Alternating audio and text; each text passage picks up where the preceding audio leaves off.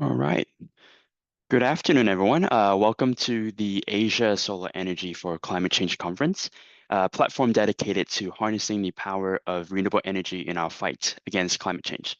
This conference is organized by Carbon Care in the Lab. And my name is Mark, Sustainability Analyst from Schneider and also co-founder of NES, Network of Environmental Citizen Societies. And I'm honored to be a moderator for this insightful and also exciting panel discussion with a wide range of speakers from various backgrounds. So in this session today, we'll actually focus on creating green jobs for social resilience and also just transition, obviously with solar energy put into the spotlight. So recently, the rapid growth of the solar energy sector has created a huge surge in demand for skilled labor in terms of installation, in maintenance, in system operations, and more. And we also been seeing a lot of various community-based solar job training programs and vocational programs that can truly empower people from various communities with skills needed for these green jobs, which also helps foster economic resilience and also reducing unemployment in various parts of the world. And in this phase of climate crisis, that presents a gigantic opportunity to create inclusive economic growth and also address the challenges of energy transitions. And I'm really excited today to have all the speakers here just to discuss and explore the various strategies for creating green jobs through solar energy, and also how does that foster economic opportunities and building social resilience. And also, we'll talk about the various partnerships and program approaches to creating social green jobs for just transition. So I'm super excited to have all these speakers. And I think before we go into the individual presentation of each speakers, I'll just have you know regarding the structure of the panel today.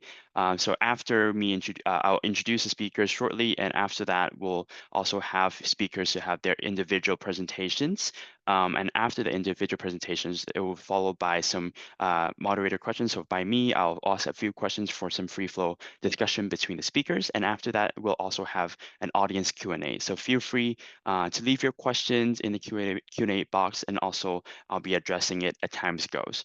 But yeah, I think we'll have plenty of time to dive into this topic. So I guess without further ado, I'll just quickly introduce each speakers with short introductions, and then we'll go right into the presentations. So first on, we'll have Dr. Akiko Yamamoto. So she's a regional team leader from the Asia and Pacific Environment and Energy of the Bangkok Regional Hub of United Nations Development Program. So Akiko leads the provision of integrated policy and also program advisory service to UNDP country offices in various areas like nature capital, climate change, energy, chemical and waste, water, oceans, and more. So she oversees various efforts to mobilize resources and technical expertise. And in the following session, she'll share more in terms of the transformative power of youth-led climate action specifically in the Asia Pacific context. So bringing a fresh insight into how young people are driving the renewable energy transition across the region. And next up, we have Arpit Sharma, the Chief Executive Officer for Skill Council for Green Jobs. So Arpit is the Chief Executive Officer of this organization with a decade of leadership in green skills development. So the Skill Council for Green Jobs was established in 2015 under the support of the government of India's Ministry of Skill Development and Entrepreneurship. And in the following presentation, she'll share more insight in terms of how effective policy frameworks can also drive the creation of green jobs, also with an Indian context to his content. Next up, we have Tom Wang, the founder and also executive director of People of Asia's for Climate Solutions. So Tom is actually worked in China for a while as a journalist, but also as a communication director for Greenpeace. And after a while, he's now based in the Philippines, and also Philippines, known as one of the countries mostly directly hit by climate disaster. Tom aims to promote and is determined to promote solutions to climate vulnerable countries like the Philippines. So he leads various young youth training programs on solar energy and other renewable energy initiatives in both China and the Philippines. So be prepared to hear more in that regard in terms of various training programs.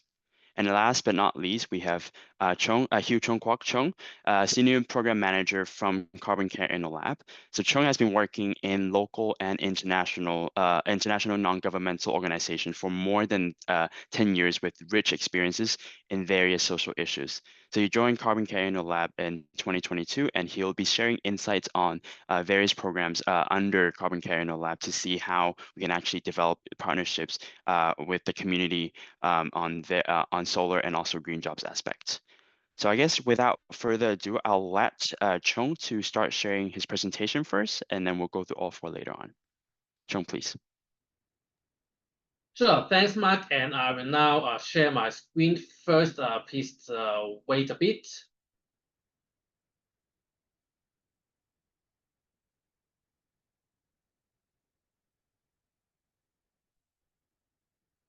Can you see my full screen?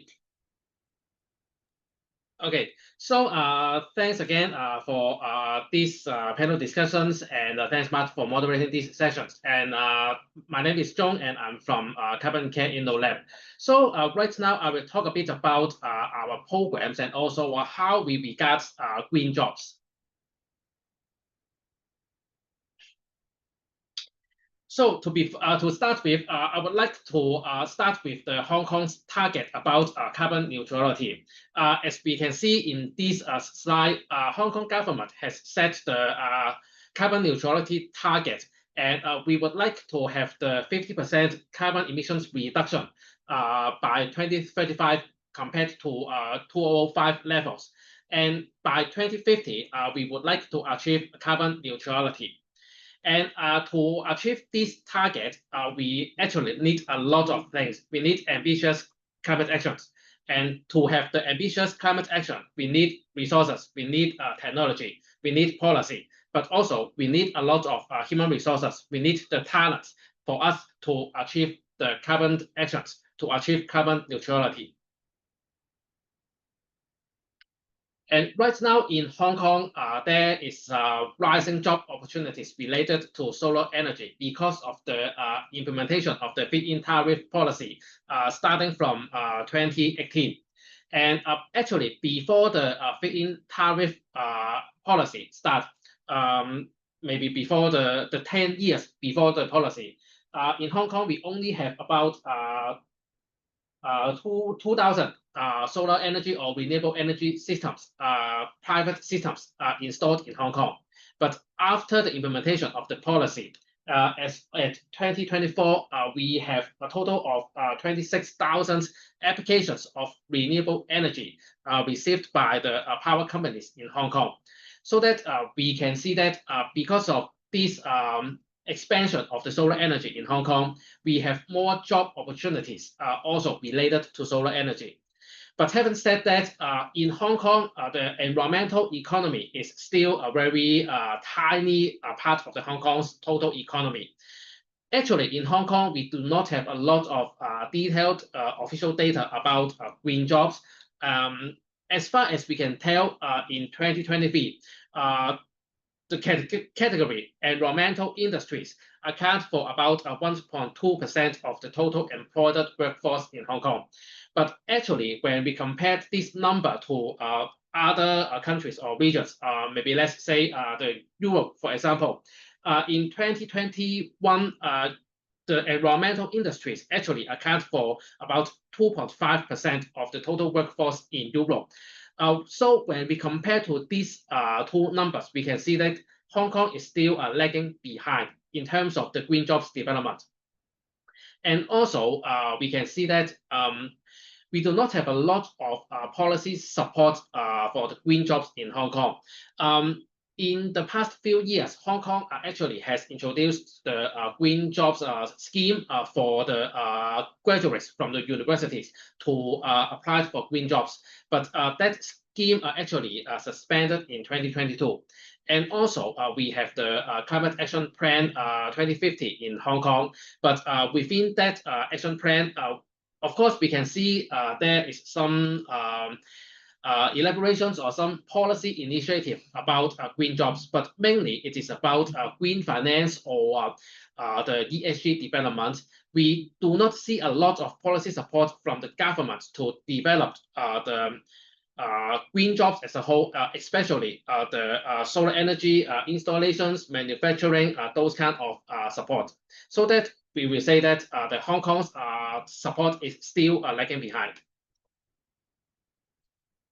And also from CCIL's perspective, we would see that, as I mentioned, climate action, we need people, we need talents. And then if we can expand the green economy, we expand the job opportunities, we will have more people with the talents, with the expertise to have the climate action. And then it turns out we will have more ambitious climate action. So actually, it is a cycle between the climate action and also between the job opportunities. And of course, for some of the people in the society, they may think that the solar energy, the renewable energy may be a threat to the economy, but actually we can change this to opportunities. And also we can have more engaged, more participatory and resilient, sustainable society. So, and also the job opportunities from solar energy is not limited to system design or installation, but also when we have the solar energy or renewable energy systems developed or installed in the community, we also need a lot of work about community engagement, policy formulation, public education, or even finance, investment, accounting, etc.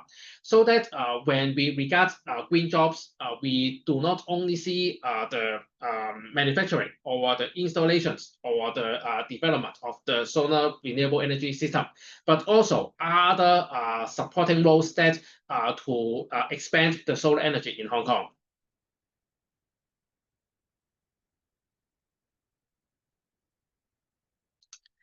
And here, just very quickly to talk about the Solar Care program at CCIL. This is a community service platform to accelerate the application of solar energy within the local community.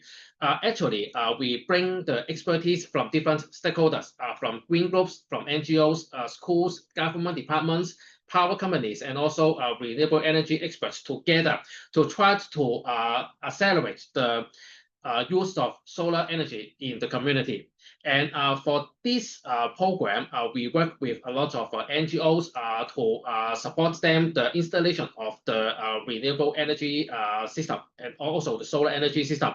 And then through the feed-in tariff policies, the NGOs can have the rebate from the generation of the electricity. And then they can use the rebates to support their own programs or to support the solar energy education programs in the community, so that it is also returned to the community through the use of solar energy. And also, other than the green jobs expansion, I would like to emphasize another point is that actually we see a lot of green jobs opportunities, but also green skills are needed everywhere. Because for all the society to take the climate action, we need everyone in the society. And we need the environmental knowledge and sustainable practice extended to the roles that we might not have expected to be green jobs. So let's take property managers or property management as an example. Their daily work cover a lot of duties regarding the management of a building of the properties. So it can include waste management, security, also the maintenance of the buildings or properties, etc. So we will not regard the property management as green jobs or the property managers. We would not say that they are in the environmental industries. But once the properties installed the solar energy systems, the property managers need to maintain the system. They need to check the performance of the system to make sure that the solar energy system installed on the buildings is properly performed. And also they need to manage the end of life of the solar panels once the life of the panels is expired. So that from this perspective, we also see that many jobs or many roles in the society, even though we would not categorize them as the green jobs, but they still need the skills, they still need the knowledge and also the expertise to perform the climate actions in their duties. And from this perspective, we also think that we must enhance the professionalism of the industry to establish a renewable energy council to strengthen the personal training and also qualification certification. And also we need to formulate the working guidelines of the solar energy related industries. We can have some related degree programs at the local universities to formalize this profession and also have more proper recognitions to their talents and also to their skills. And we also need renewable energy training to women and other disadvantaged groups so that we can have more people to join the green jobs economy. And also for, as I mentioned, for the non-expected industries, just like property management or other industries, they also need the green skills in their daily job, including the increasing demand around solar energy. And so that when we work with these associations from these kind of industries, we also can provide them with the knowledge and skills about solar energy and also other knowledge about climate change. And lastly, from this perspective, at Carbon Candle Lab, we also tailor-made some training courses for the people in Hong Kong to learn more about solar energy. So we have been collaborating with Community Green Academy to bridge the critical skill gaps here. And we have developed a full training course for all the interested people to take the course.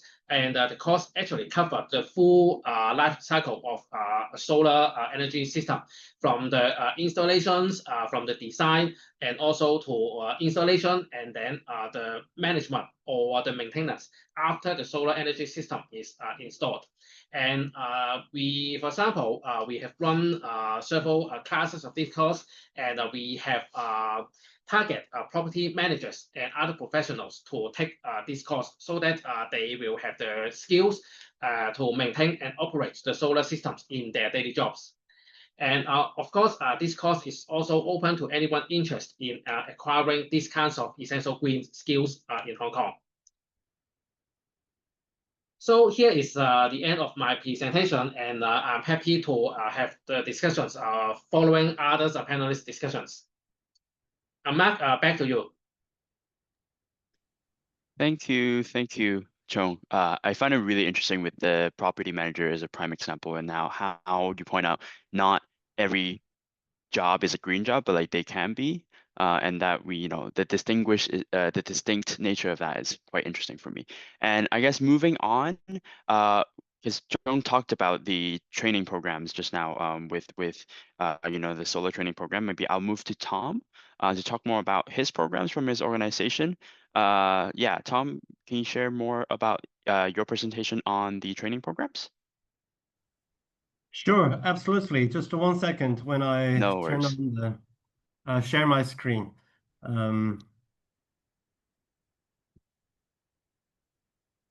Okay. Here we go. I hope that's working, huh? Just to give me a sign if you're seeing the full screen. Yeah, just need to be in the full screen mode, Right. and then I think we're good to go. All right. Okay. Looks like we're good here. All right. Thank you so much for inviting me. My name is Tom Wong, and I'm based in Manila, in the Philippines, and our organization is called People of Asia for Climate Solutions. So the two keywords there are people and solutions, and I think that's exactly what we're talking about here today. And the program we're sharing, or I'm sharing today, is one called Free. It's like part of freedom, right? That's how I look at renewable energy, actually. What renewable energy can do to our lives, and also what renewable energy can do to a lot of countries' current situation, which is quite seriously and severely locked in fossil fuel dependence. So that's why we call it FREE, but also at the same time, it's the acronym for Future Renewable Energy Engineers. And these are the people we're actually working with every day.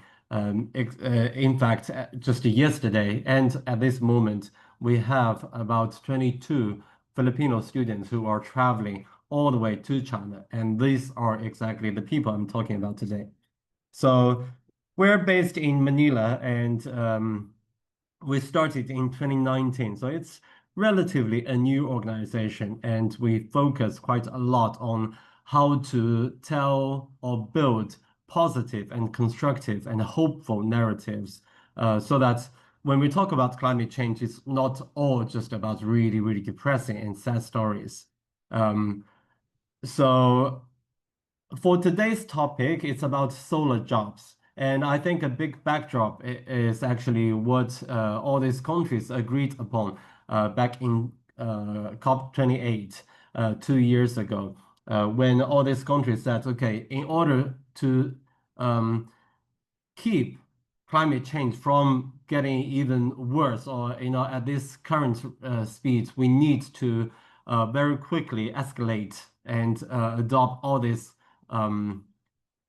solutions. And of course, there are many, many solutions. For example, I mean, like low carbon transportation, or cycling, or recycling our clothes, or whatever. These are all solutions. But one of the most important solutions we have to work super, super rapidly on is renewable energy. So that's why back in COP28, all these countries agreed to triple renewable energy capacity and double energy efficiency. So this was actually the commitment all these countries made in 2 years ago. So, but this also sounded as a super ambitious target. In order to achieve this target in the coming 5 years, when this commitment was made, we only had about 7 years to do it, and now we only have about 5 to 6 years.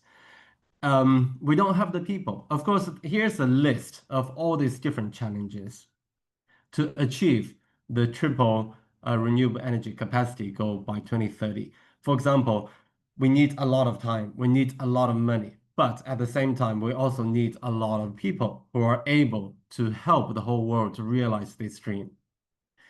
This is a challenge, not just for, let's say, even for China. This is also a challenge for developed, rich countries. But more importantly, this is a challenge for poorer countries. Countries in Africa, countries in Southeast Asia, and also countries in Latin America, where renewable energy has a super high potential, but we don't have the people, we don't have the money, we don't have the time to actually do this. In fact, just quite recently, I think this year in February, there was a Bloomberg story that ranked the Philippines as the world's second most attractive market country or recipient country for renewable energy investment. Because, not just because the Philippines is in the tropics, not just because the Philippines, there are more than 7,000 islands in the Philippines, not just because there's a lot of sunlight or there's a lot of wind or geothermal, but more importantly, because there is hardly any renewable energy at the moment in the total energy mix in the Philippines. So if the Philippines really wants to cut its emission, if the Philippines really wants to move away from fossil fuel dependence. For example, at the moment, more than 50% of the electricity in the Philippines is actually from coal. But the country doesn't have any coal. So that means a lot of the money in the Philippines that's usually earned by OFWs. OFWs are overseas foreign workers. So people who leave the Philippines and work as nurses or maids in other countries, Hong Kong included, right? So they send all this hard-earned US dollars back to the Philippines. But then the country will have to spend all this money on coal import or on LNG, like gas or oil, so that the country can generate all this electricity for economic growth or for just the people's daily life, really. And there are so many blackouts. So that's a key reason why Philippines has a high potential to develop renewable energy. Again, I have to say the reason is not just because it's in the tropics. The reason is not just because there's a lot of natural blessing. The real reason is because there is hardly any renewable energy uptake, in the country. That's why there's a really long way to go, and the country will have to take this long way very fast, and that makes the lack of talents even more urgent. So there's a huge gap of renewable energy jobs and talents. So in order to do this, back in 2023, PAX, or People of Asia for Climate Solutions, which is my organization, we started to have a conversation with some universities in China.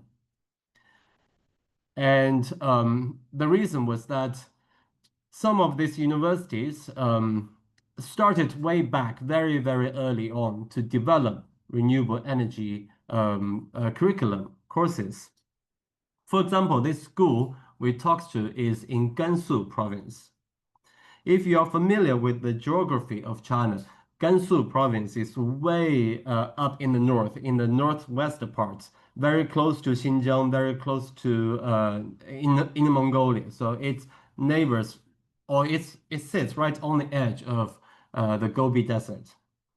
That's also why this province has a lot of sunlight. This province has a lot of wind as well, and that's exactly why Gansu province was one of the earliest provinces that started to develop renewable energy, and we can track it back to more than 20 years ago when I was working with Greenpeace.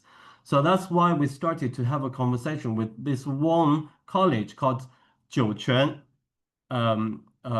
JVTC, Jiuquan Vocational and Technical College.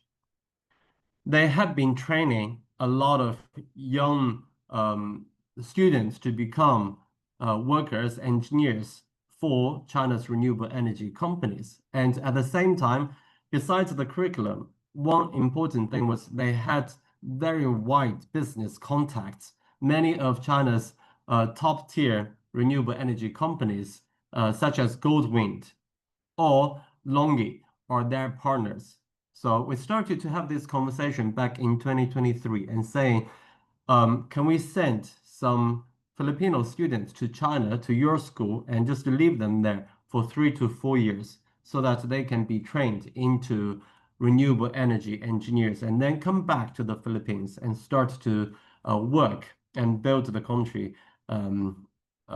like to just to grow the renewable energy capacity in the Philippines. And just as a quick anecdote, this guy here in the picture, not the one on the horse in the statue, but the real person in the front was actually the Filipino ambassador to China, Jaime Florcruz. And then everybody else was our students. This was the students we sent to China in 2023. So in 2023, we started this program. Now we have already been doing it for 3 years. It was super interesting in the way that we sent our first batch in September 2023, right? And then in April 2024, last year, I was in Manila just walking around, and then I got a phone call from this company called Goldwind, which is one of the world's largest wind companies, and said, so the conversation was like this. They said, okay, so we have heard that you have 16 students, Filipino students in Gansu province studying renewable energy. I said, yes, at the moment they are studying Chinese only. And then the conversation, Goldwyn said, so when are they going to graduate from Jiuquan? I said, in about 2 more years, or 2.5 years, they will be ready for internship.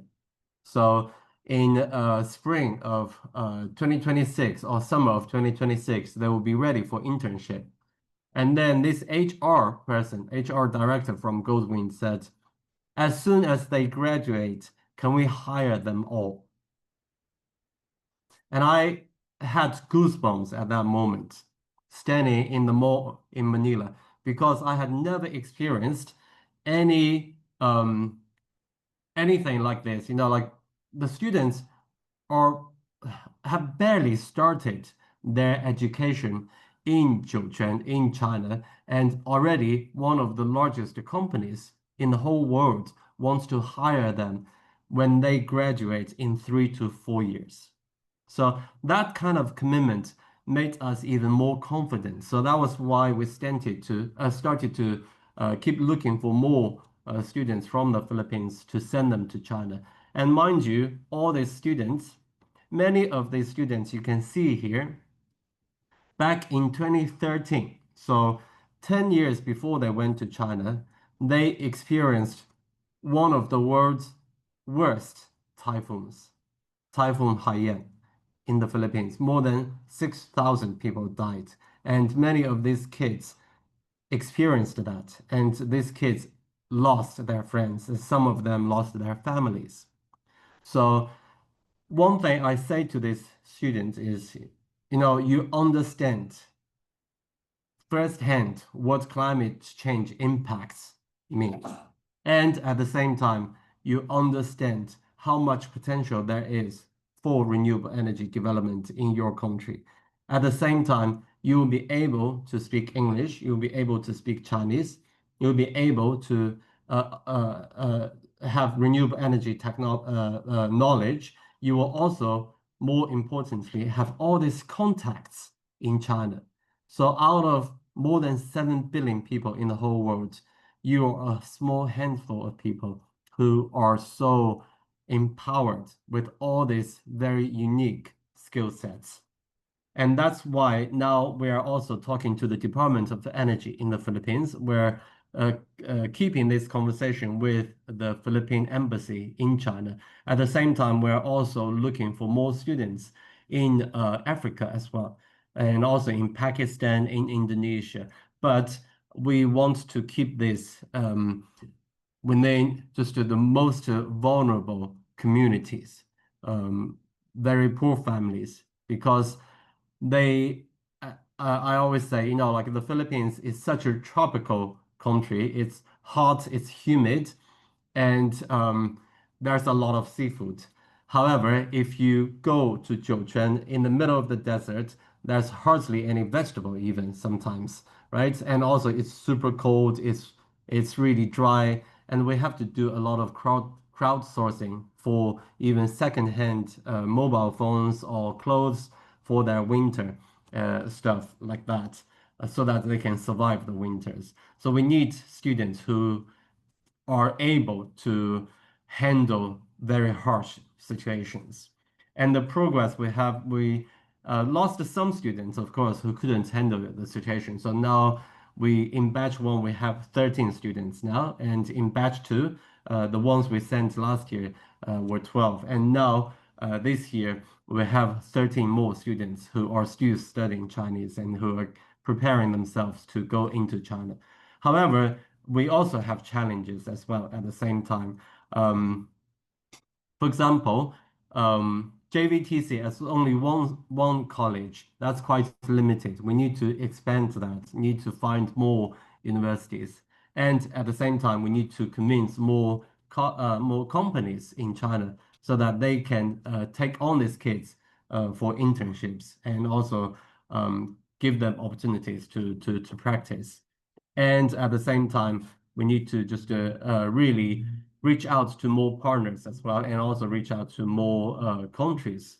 So yeah, there's a lot of different challenges, but still, when it boils down, this is one of my favorite programs because I see how much these kids are growing, and I totally believe they will become some of the strongest allies to build the renewable energy capacity in the Philippines, so that the country or even the world can seriously realize these big targets of triple renewable energy in the future. So I guess that's that. And if you want to reach out to me or have more suggestions, please feel free to do so. And I'm sure the host will share my contact information, or I can do that later in the chat box. Thank you so Got it. much for having.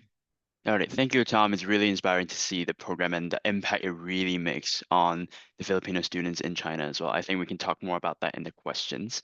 Conscious of time, I'll just quickly move forward to the next speakers. I'll go to Arpit actually to maybe shed more light in terms of the Indian context, just to see how things maybe are more different in terms of what Tom was sharing as well, in terms of what you guys have been doing.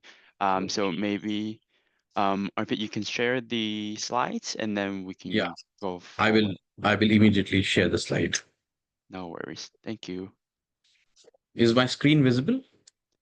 Yes, I think we just need to make it full screen and then we're good to go. Okay.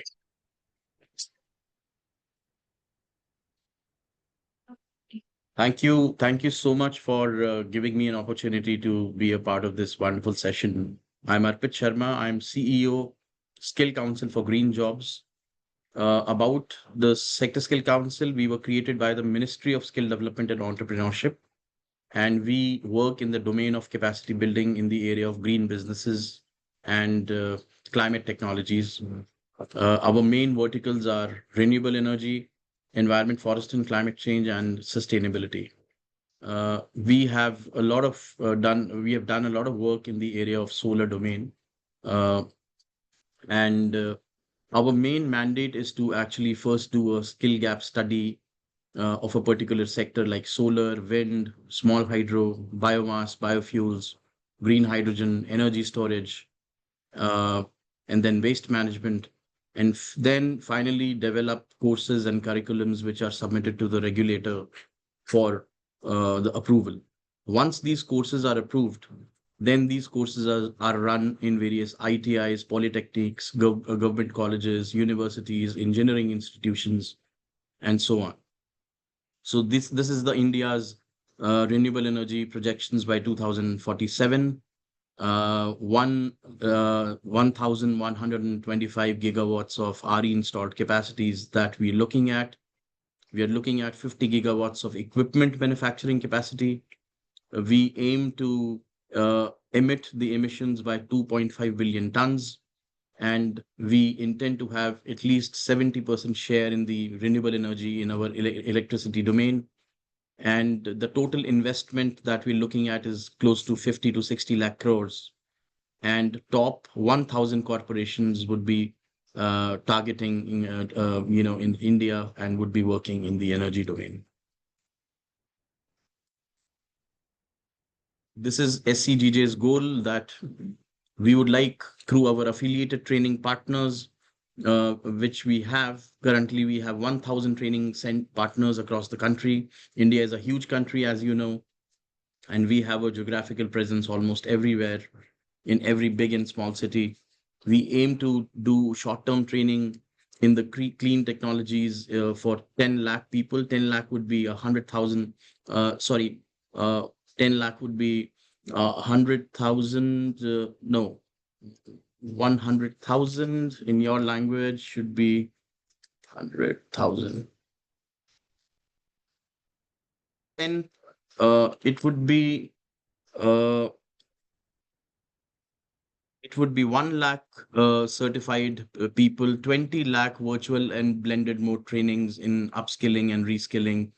We aim to have 20 centers of excellence across the country. Currently, we have 4 centers in the solar and the green hydrogen domain.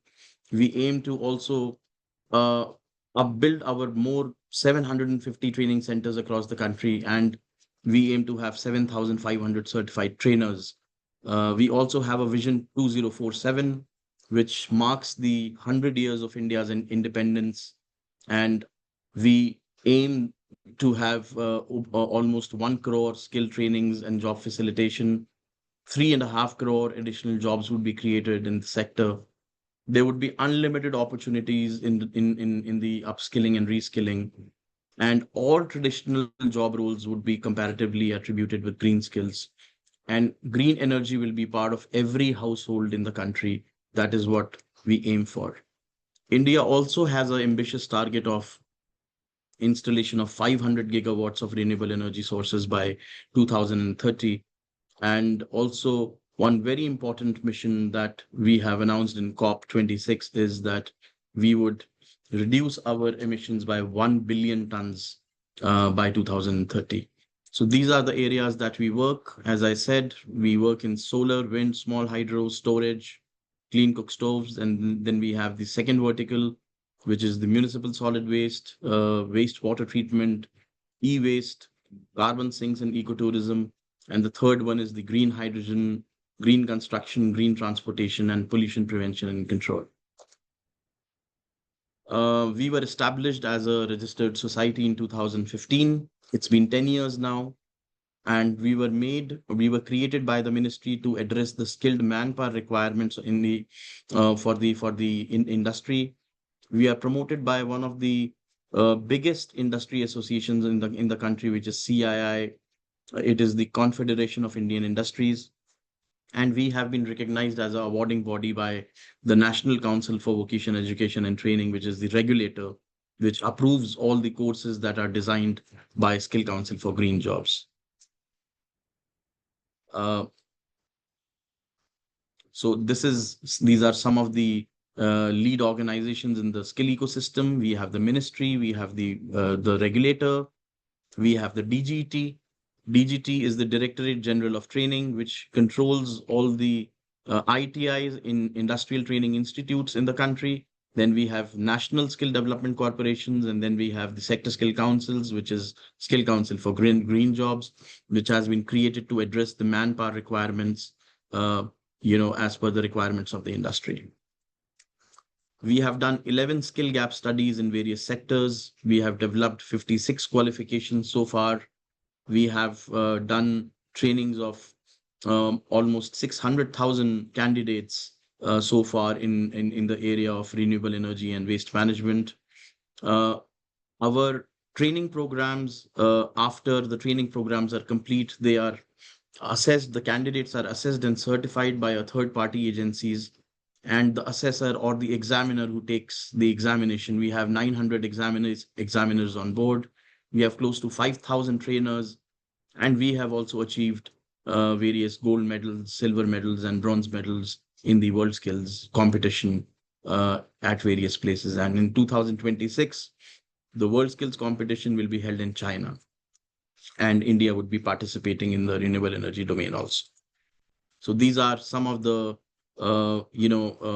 skill gap studies that can be seen. They are also accessible on our website. They have been done along with CWW, USAID, and JP Morgan. And we have developed 56 qualifications under various domains in solar, wind, green hydrogen, waste management, greenhouse gas accounting, reporting, small hydro, wastewater treatment, and ecotourism. This is the scale of operations. We have 1,000 plus training centers. Almost 400,000 people have been trained in the solid waste and wastewater and agri-waste, and almost 200,000 candidates have been trained in the renewable energy domain, solar, wind, and green hydrogen, small hydro. There are various schemes which are supported for skilling. The government of India, through its various schemes like Pradhan Mantri Kaushal Vikas Yojana, Surya Mitra Skill Development Program, PM Surya Ghar Muft Bijli Yojana. These are some of the schemes where the grant is given to the sector skill councils and the training partners so that they can carry out the trainings. So the candidate doesn't need to pay for the trainings. It's the government which supports the training programs in most of the cases. We work very closely with the private stakeholders through CSR projects. We have done a lot of trainings through Renew, HCL, Hindustan Petroleum Company, Jackson Group, which is one of the leading developers today in solar and green hydrogen, We work with World Bank and we work with UNDP. You can see the training graph of SCGJ, which has grown exponentially year on year.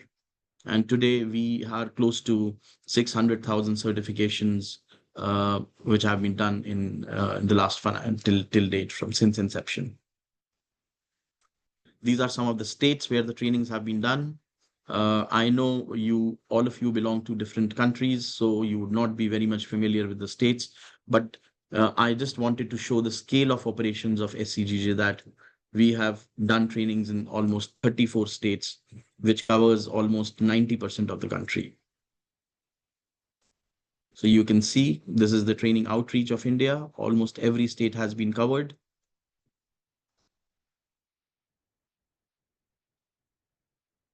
As part of our social interactions, we used to have Azadi Ka Amrit Mahotsav programs every week.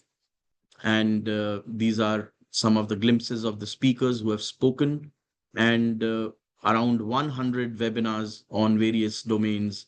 They were highlighted during the training sessions.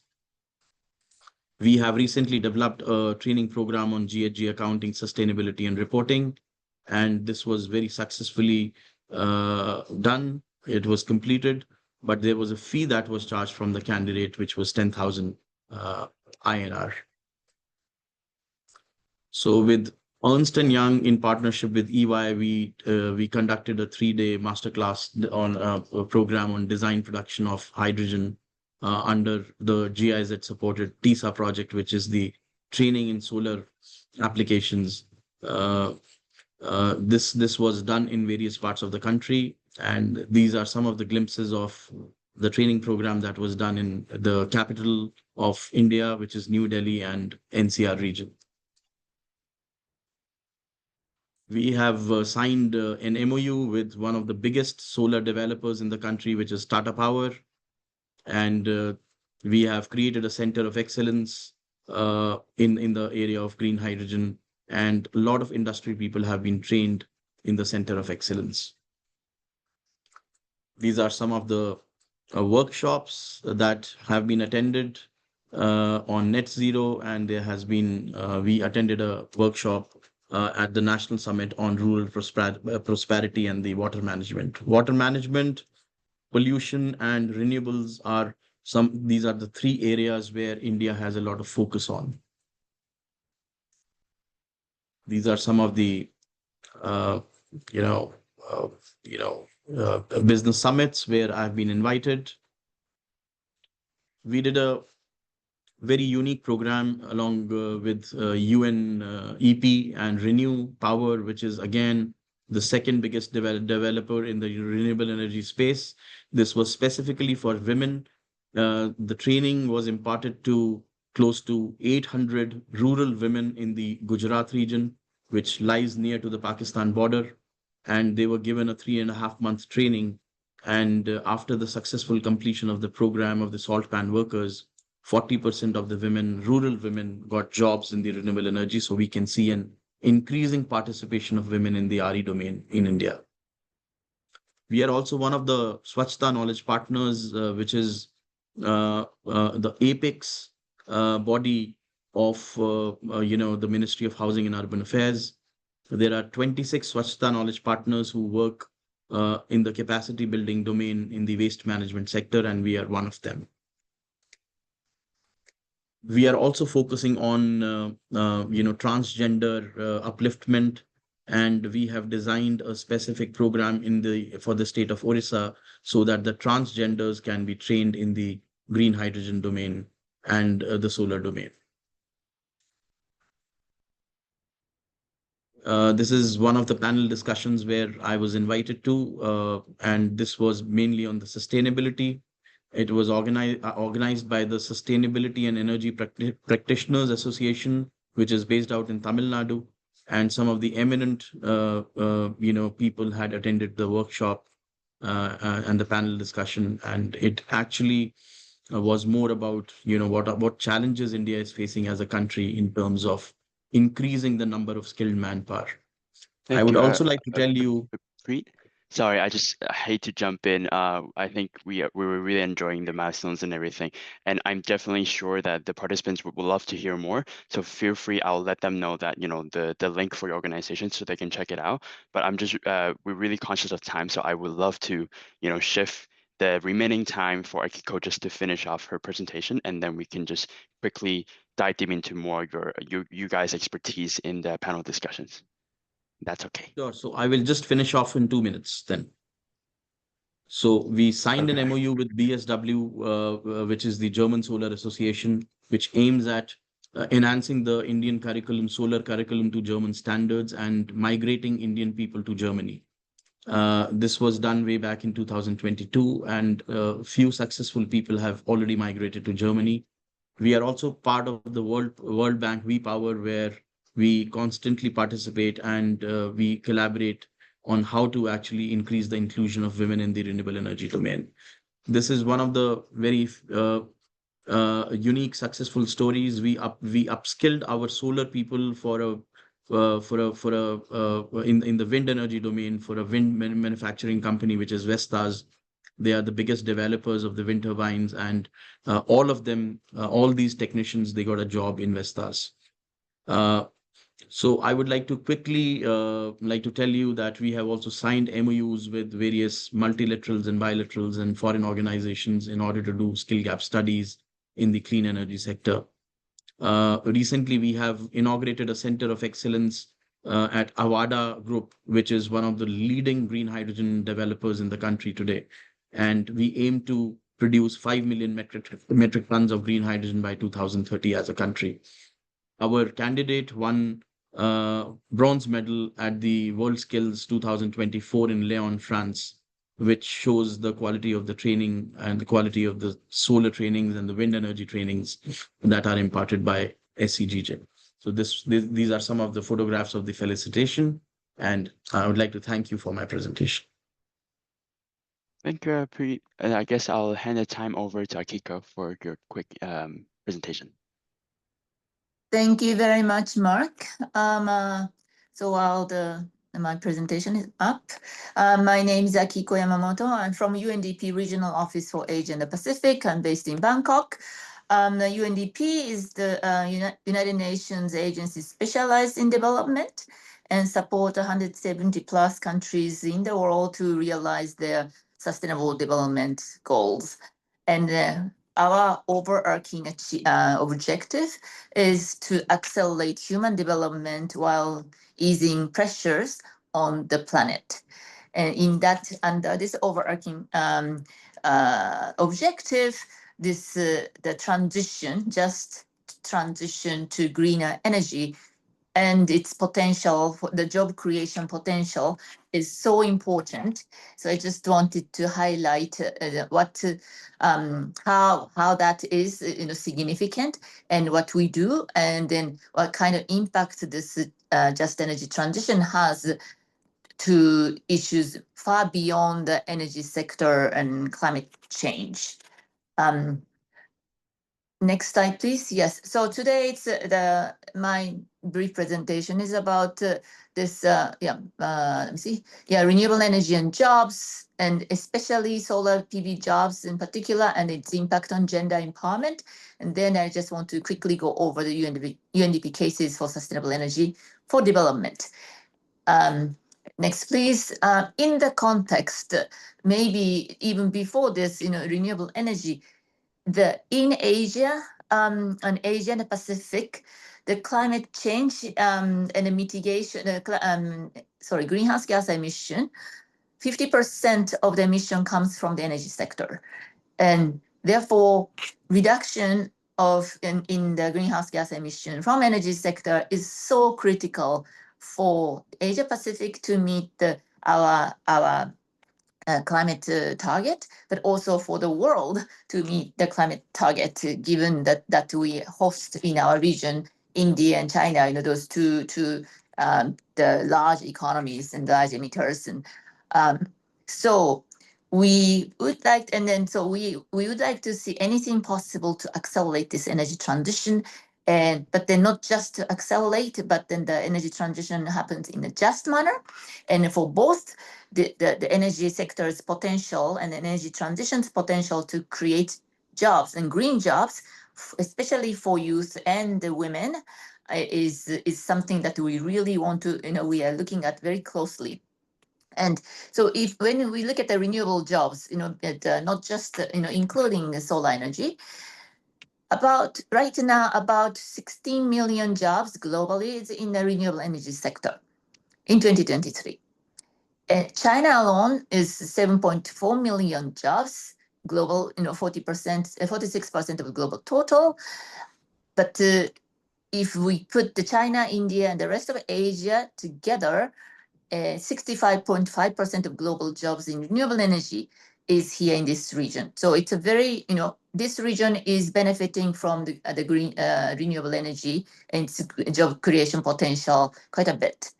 And moreover, the 87% of the global employment growth in renewable energy, measured from 2019 to 2023, is happening emerging market and development economies.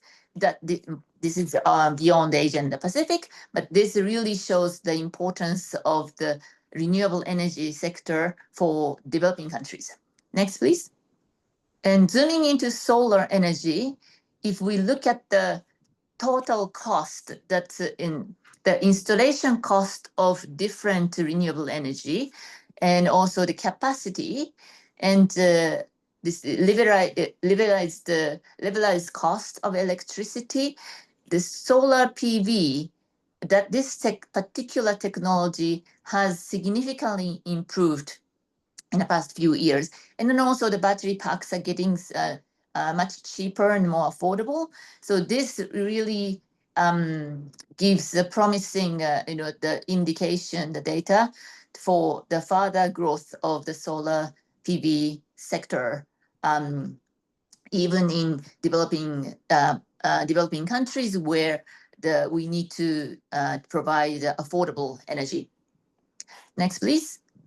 And then when it comes to jobs, as you can see in 2023, the solar PV energy constitute 42% of the total employment of the renewable energy. This is global. And we can see this trend continues. And also, especially when we look at this, labor requirements along value chain, right now, the operations and maintenance part is the large part of the workforce. Then if we start looking at more on the waste management and the retreatment and recycle of batteries and all other waste coming from the renewable energy, because that part is still under development. So it's only 2% right now, but then we can see much further growth potential in in employment to make this sector even more greener. Next, please. And looking at the gender empowerment impact, this is a chart that compares the different percentage of women working in full-time in different types of energy. So oil and gas, wind is still very small, and then it's they tend to work with a harsher environment or more remote areas and this that. But the renewable energy in average has much higher percentage of women's employment, and solar energy in particular has the highest among the energy sector, the 40% of women employment here, and this is getting very close to the 45%, 46%, which is the economy-wide average of women's workforce, of the total workforce. Next, please. So with that, that broad picture of how important or how promising the pushing the solar energy for the employment, jobs, and more just and social development. I would like to share a few cases on UNDP's work to advance SDGs in different parts of the world through our energy-related projects. So UNDP operates over 170 countries and through our country offices, supported by 5 regional hubs and headquarters in New York. And in our region, Asian Pacific, as I mentioned, the regional office is based in Bangkok, Thailand. And on energy, particular, we work on energy access, just energy transition, and also energy financing to replicate and upscale some technologies that's piloted in different parts of the world. And then our attention to energy is the sustainable energy for development. So we're not an energy specialized agency, but we really see energy as an input, very critical input to sustainable development. So it's very important for us to also work to increase the energy access, but also to roll out much cleaner energy. Next, please. So this is our footprint, our current footprint in Asia and Pacific. We have just under $500 million US dollars in terms of the portfolio size, and we are active in 27 countries out of 36 countries that we count within our demarcation of Asia and Pacific, and people directly benefiting from those projects about cumulatively just less than 15 million people. And then out of those $500 million, about $160 million, the project in terms of the project value, those projects very designed to promote gender empowerment and gender equality. Next, please. And okay, as I mentioned, our work is not just access and then also energy access is much more prominent in our work in Africa. But then here in Asia and the Pacific, yes, access for the last miles, and transition is a really important part, both for Asia and the Pacific, and then scaling the finance, both public and private, and especially how can we scale up the energy private financing towards the just energy transition. This has been our development challenges. Next, please. So in terms of the energy access and energy transition and energy financing, I just wanted to highlight one case each on what we mean by the energy for development when we say that sustainable energy for development, because our energy access project is not just energy access, but then we will make sure this energy access has more social benefits to it. So in case of rural livelihoods in Nepal, the project, this one project that provided electricity access, reliable electricity access to 30,500 households, out of which 30% belongs to groups in vulnerable situations, such as female-headed household, below poverty line, and disadvantaged groups. And through this improved energy access, the project increased the women's participation in technical training such as house wiring and operation in solar mini grid systems.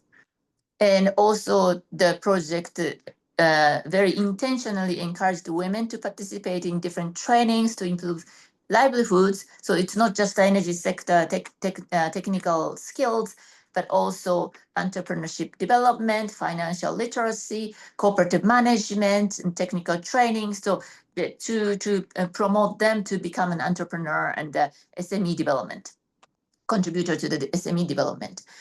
And of course, with that, it will contribute to the regular savings and credit schemes to enhance the existing cooperative and microfinancing organization. And the enterprise, 30% of the micro enterprise part by the solar microgrids, women-led, and provided nearly 600 people, and about half of that is women, the new employment opportunity. So that was the energy access case. Next case is Mongolia. This is more the energy transition project, but we really wanted to make sure the transition is just plus we are also tracking the energy transition social benefit, especially social and environment benefit, especially on air quality in Ulaanbaatar, and health issues that's associated or caused by air quality. And this is a major social and environmental health issue in Mongolia, because a few years ago, Mongolia was hit by the severe drought, and they've lost millions of livestock. And so all the large population who are the herders in the rural area has had to move to Ulaanbaatar, which has been already overpopulated, with already 50% of the country's population living in Ulaanbaatar and in peri-urban area. So those rural populations migrated to Ulaanbaatar are now exposed to even worse air quality, worse environmental situations, and worse social conditions. So in order to alleviate this, we have this solar facility project up and running, and it's not just to promote the solar PV systems and the battery storages to ensure this viable energy source can provide a stable power supply, but also lead to the better environment and health conditions in Ulaanbaatar. Lastly, the next, please. Sorry. The another case from the Indonesia this is more about energy financing to replicate and upscale the solar PV rooftop installation. But it's and then this is more after we've tried how much effective the solar PV rooftop the installation is, that we really have to now mobilize more and leverage more private financing from companies and from individuals or corporate. And this program is designed to leverage those private financing also, and then accelerate this transition and create more and more jobs in this green jobs area, and lead to of course the greenhouse gas emission reduction and actual economic saving of this 20. This is in dollar terms about $1.5 million annually. So we are trying to promote more and more of these programs to mobilize energy financing. That's it. Sorry, I have to rush through, but back to you, Mark. Thank you so much, Akiko, and I really appreciate you just concising the content. And unfortunately, with the time constraints, we would have to cut the session short because we're running out of time. But if you have any questions, do feel free to reach out, to go back to the conference page and find all these speakers' contact info and email them your questions and look more into what their organization is doing. I hope you guys learn a lot in terms of solar jobs and why is it important for just transition and solar resilience, and how it actually creates economic opportunities with all the case studies that we have today from across various regions as well in the world. So I really hope everyone, audience here, really learned a lot. I myself included learned a lot. So really appreciate all the speakers. And if you have any question, once again, feel free to reach out to them after the sessions. And for now, I thank you, and I will let the CCIL team take over to the technical side of things. Thank you, everyone. Thank you. Thank you, Mark. Thank you.